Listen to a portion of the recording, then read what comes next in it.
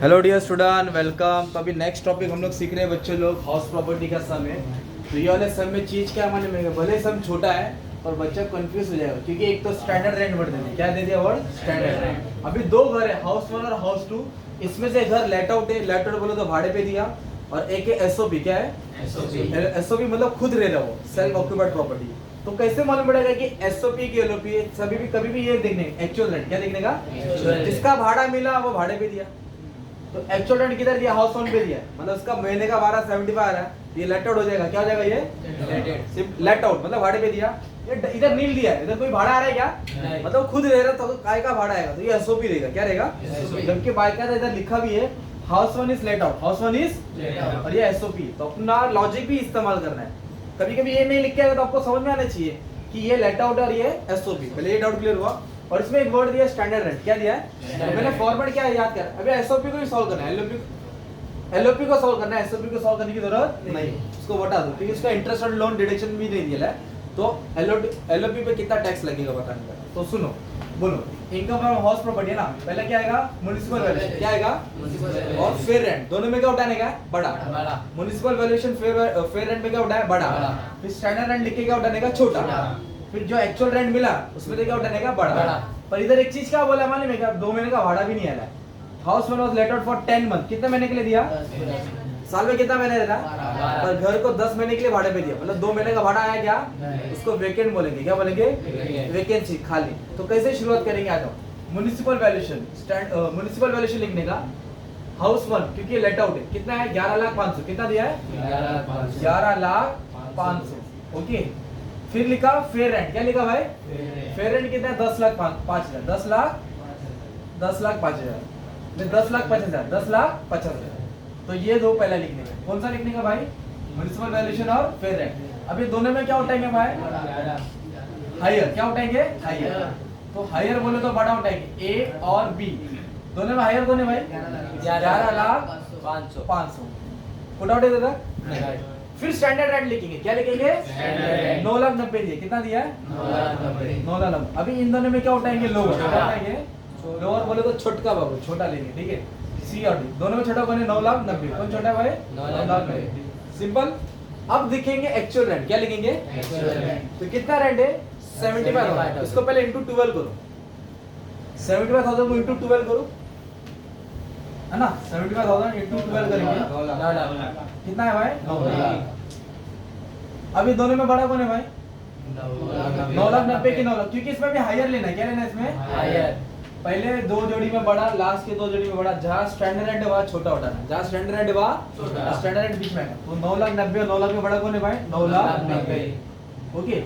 फिर क्वेश्चन क्या पड़ा कि इसमें क्या मालूम पड़ा? साल में 12 महीने रहता है, पर भाड़ा 10 ही महीने का है। भाड़ा कितना महीने का है? 2 महीने का भाड़ा है। क्या? तो जो 2 महीने का भाड़ा नहीं है उसको भी माइनस करेंगे। तो इधर लिखेंगे वैकेंसी पीरियड। क्या लिखेंगे? तो 1 महीने का भाड़ा 75 था, तो 2 महीने का भाड़ा कितना हो जाएगा भाई? 1.5 लाख। 1.5 लाख क्या करेंगे? माइनस करेंगे। 1.5 लाख क्या करेंगे?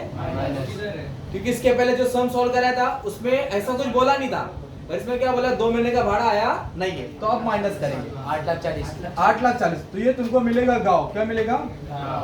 गाँव बोले तो ग्रॉस एनुअल वैल्यू। क्या बोलेंगे? फिर इसमें से माइनस करेंगे म्युनिसिपल टैक्स। क्या माइनस करेंगे?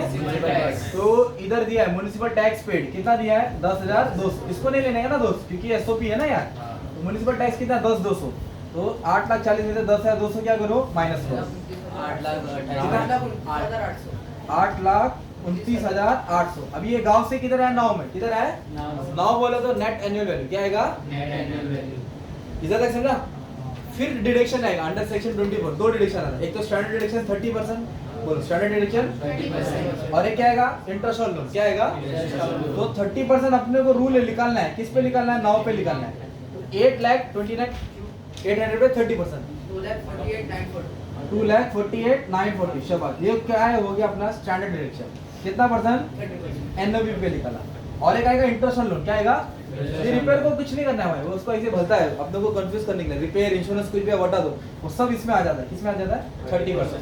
अभी बोला interest paid on loan taken against house property, मतलब इंटरेस्ट ऑन लोन कोई भलता दिया ना हाउस के अलावा, वो नहीं लेना है।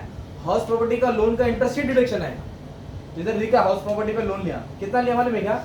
72,200 PA, PA बोले तो पर एनम, क्या बोला है? वो भी डिडक्शन है, डिडक्शन बोले तो ब्रैकेट बनाऊंगा 72,200। तो आपको क्या करना है, 829,800 में से दोनों चिल्लर क्या करना है, माइनस करना है। तो ये अमाउंट पे टैक्स लगेगा उसमें, हाउस प्रॉपर्टी का अमाउंट आएगा 5,08,660। तो मान लो ये जो अमाउंट है ना, ये हो गया net income from house property. और हमने किसको सॉल्व किया था? लेट आउट को। किसको सॉल्व किया था? एसओपी को सॉल्व करने की जरूरत नहीं है। उसका जो अमाउंट है ना, ये 53,000 डायरेक्ट डिडक्शन आता है। किधर आता है? डिडक्शन। ये देखो ना, डिडक्शन दिख रहा है, अंडर सेक्शन 24। ये कौन सा पढ़ो? एसओपी। सिर्फ डायरेक्ट ये लिखने का है 53,000। कितना लिखने का है? ये डिडक्शन में आएगा। मतलब एसओपी को सॉल्व नहीं करते, डायरेक्ट डिडक्शन में डालते। क्या डालते? डिडक्शन। तो उसका इंटरेस्ट और लोन डिडक्शन में आएगा। कितना है? 53। तो ये प्लस करके इतना है, मतलब इसको सॉल्व करके है, ये माइनस में ना 53। तो अभी इस ये प्लस और ये माइनस, इसको इससे माइनस करेगा ना तो उसको उस पे टैक्स देना पड़ेगा। इसको इससे माइनस करेगा तो उस पे टैक्स देना पड़ेगा। ये फाइनल अमाउंट इतना करके छोड़ेगा तो भी राइट है। तो क्या चीज सीखा? Standard rate. क्या सीखा? तो पहले क्या लिखेगा दोस्त? पहले क्या लिखेगा? फेयर। क्या लिखेगा? फेयर। और म्युनिसिपल, दोनों में क्या उठाएगा? बड़ा। फिर स्टैंडर्ड रेट लिखेगा, दोनों में क्या उठाएगा? छोटा। फिर एक्चुअल रेंट जो मिला, फिर इसमें क्या उठाएगा? बड़ा। गांव मिलेगा, क्या मिलेगा? गांव से क्या माइनस करेगा? टैक्स। गांव का टैक्स देके किधर आएगा? 9 पे आएगा। 9 पे 30% डिडक्शन, फिर इंटरेस्ट और loan. Thank you very much, all the best for exam. चलो थैंक यू।